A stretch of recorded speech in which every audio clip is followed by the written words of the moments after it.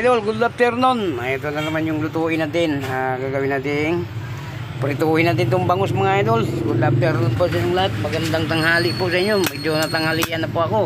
Ito, magpupirito muna ako nitong natin, ulam natin, pang tanghalian, no?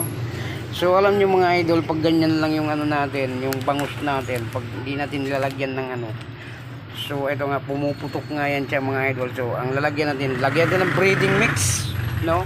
Para pwede na po, lagyan natin ng breeding mix para hindi siya pumuputok. So pumuputok kasi yan mga idol pag hindi mo siya lagyan ng breeding mix, no? Ganyan lang yung mga idol, para hindi ka tumatakbo. Kasi pag hindi mo lagyan ng breeding mix, pumuputok yan sa mga idol. Yan, kailangan natin lagyan konti lang. Ito na yung pinakatimpla rin natin. So medyo malat-alat na itong breeding mix, no? Ito na yung timpla natin. Ayan. So baliktad rin natin para sa kabilaan malagyan natin ng breeding mix. Ayan, diba? Ayan, baliktad rin natin. So para hindi siya sumuputok. Pumuputok kasi itong bangus pag pipirituhin mo. So mahirap na, baka matalsikan ng mata natin. So kailangan natin lagyan natin ng breeding mix, no? Ayan. Yan, ganyan na lang prito ng pagprito ng bangus mga idol. Yan, lagyan mo ng breeding mix kahit anong ilalagay nyo, harina ba o ano, para hindi lang siya pumuputok, di ba? Yan, ganun-ganunin natin para hindi siya sumasabog, no?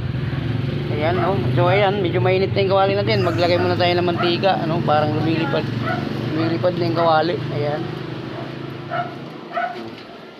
Konti lang mga idol. Okay na yan. So ito, gawin muna natin para hindi siya sumasabog.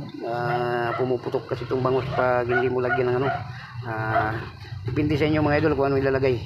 Maglagay ba kayo ng harina ba o ano, basta hindi lang sumasabog, hindi lang pumuputok yung pagkaprito, no? Delikado ito mga idol, magkatalsik sa mata, no? Lalo na hindi tayo naka sunglass, no?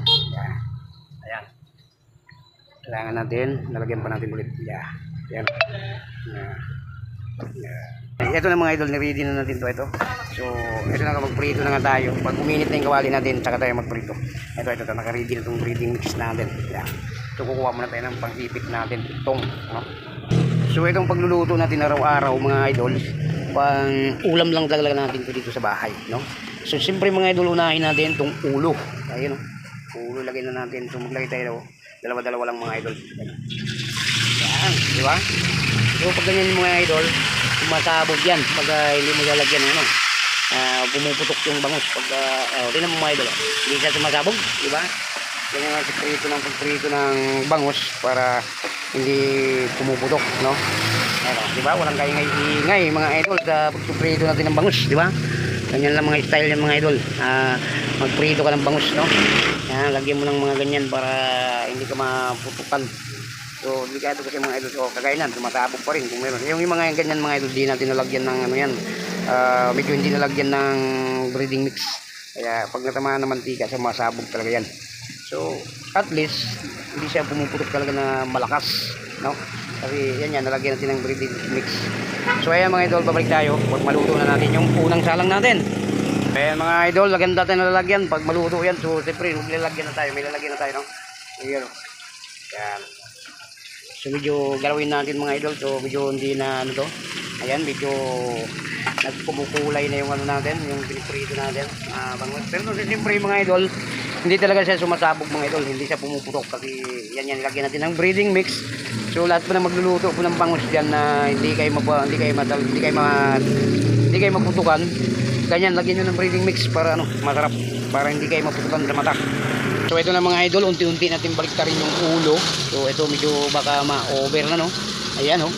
Yan, sinadya ko yung mga idol. So medyo binibiyak ko yung ulo. So para maluto talaga ng ilalim. Ito, nagbaliktad na tayo, no? Ayan, no? Mabilis lang yan mga idol. O yan, diba?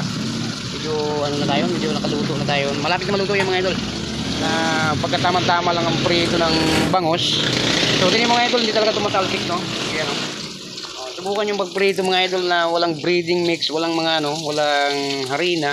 So hindi ka makalapit dito sa kawali. Tingnan mo ako, nakalapit ako sa kawali. So hindi nga siya tumatalsik. So ayan, naglagyan natin ng breeding mix mga idol. Ayan, diba? So alam mo mga idol, pwede mo rin ano yan, medyo maalat yung breeding mix, no? Lagyan konti ng mga panimpla natin konti lang. So hindi natin anuhin paramihan pagtimpla. So yung breeding mix na ano, ilalagay natin medyo maalat-alat na yung konti, no? So konti lang itimpla mo mga idol na konti. As in parak lang mga idol yung paglalagay natin. Kasi pag natubrahan, masusubukan ko na rin nun dati pagluto ko ng bangus. So tinimplahan ko ng isda ng maraming timpla. So nilagyan ko ng breeding mix. Napakaalap mga idol. So ayun, ngayon na nasubukan ko na konti lang mga idol ititimpla natin para yung breeding mix maalat na kasi yan. Kaya konti lang ang timpla, mas marami ang breeding mix. Yun ang pinakatimpla natin, pinakatarap, no? Pabalik tayo mga idol pag ihaunin na natin yan. So ito mga idol, itong unang salang natin, so tikiting na natin. Ito mga idol, luto na to, no? Ito, maghahaon na tayo nito. Medyo ano na, luto na to siya mga idol. So, lagyan natin dito. Yan. Yan. Kaya ano, ito mga idol, luto na to, baka ma-over pa, no? Yan, no? Okay, haunin natin mga idol. So ganyan na natin paglagay yan para kita. So ito, maglagay na naman tayo. Pero hindi pa rin tayo magkumpiyansa mga idol. So napakainit na yung ano natin, yung kawali natin. Yan. So yan mga idol. So medyo natunaw yung ano natin, yung breeding mix natin. Medyo sumasabog talaga siya. So ito na po yung pangalawang salang natin mga idol. Ayan. So medyo pinanahan ko lang yung apoy. So baka parang mapipilit ang luto, no? Ayan, balikan natin. Sobrang init na kasi ang mantika niyan. Ayan.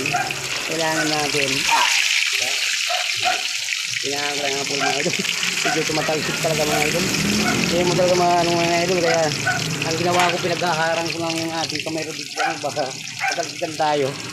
Mas maganda na yung safety mga idol. Napakainit na mantika. Pag matalsikan ng mata mo dyan, naku, mahirap na mga idol. Kaya paluto na naman yung pangalawang salang natin. Ito last salang na yun. Nakaluto na tayo. So balik rin muna natin itong ulo, no? Ayan. Ayan. Balik natin. Ayan. Ayan ang siya mga idol. Crispy na yan sa pagkaluto. So itong pangalawang salang natin, malapit na rin maluto yan mga idol. So babalik tayo pag maluto na. So ayan nga, pakita ko pa rin yung luto natin. So mga 2 minutes na lang yan mga idol, luto na yan. So itong niluluto ko araw-araw mga idol, itong content natin na ano, medyo ulam lang talaga namin dito sa bahay, para sa pamilya ko. So hindi naman pwede na hindi magluto sa isang araw, kailangan natin may ulam palagi kasi yung mga anak ko naghahanap talaga ng ulam yan. So ito, paluto na ito mga idol, haunin natin. So medyo anong oras na mga idol, magalas 12 na, tama mga idol ng luto natin para makakain yung mga anak natin. Siyempre mga idol sa mga ganito, so yung mga anak ko kasi mga idol mahilig sa ano, hindi pwedeng makakain sa isang araw yan, kailangan pakainin natin araw-araw yan. So ito nga, lahat ng binablog ko mga idol sa pagluluto ko dito lang sa loob ng bahay yan, yung binablog ko ng pagkain, lahat yan dito lang yan, para sa mga anak ko lang to. So mga idol, hindi ko rin binibenta. So ito nga, para sa ulam lang ng mga anak yan. So ito mga idol, luto na to. So ito, haunin na nga natin, patayin na natin yung apoy. Ayan. So haunin na nga natin, luto na to mga idol. Ayan, no? Okay, lagay na natin dito. Ayan. Ayan. Haunin na natin. Ayan. Ayan, no? Ayan na mga idol. So tapos na nga tayo. Ito na yung finished product natin na niluluto natin ngayong araw na to, na ulam natin sa tanghalian. Ito na nga, natapos na nga natin sa pagluluto to mga idol. So lahat po na nanonood sa atin, maraming salamat. God bless po sa inyo. Comment na lang kayo kung paano ang kulang dito sa pagluluto ko mga idol. So maraming salamat po. God bless po sa inyong lahat dyan. Bye-bye na po sa inyo. Sa lahat po ng mga ka-vlogger dyan, thank you po sa inyo. Mag-ingat po kayo palagi. Bye-bye na po sa inyo, mga ka-vlogger, mga lahat ng tao sa buong mundo. Bye-bye po sa inyo. Mag-ingat po kayo palagi.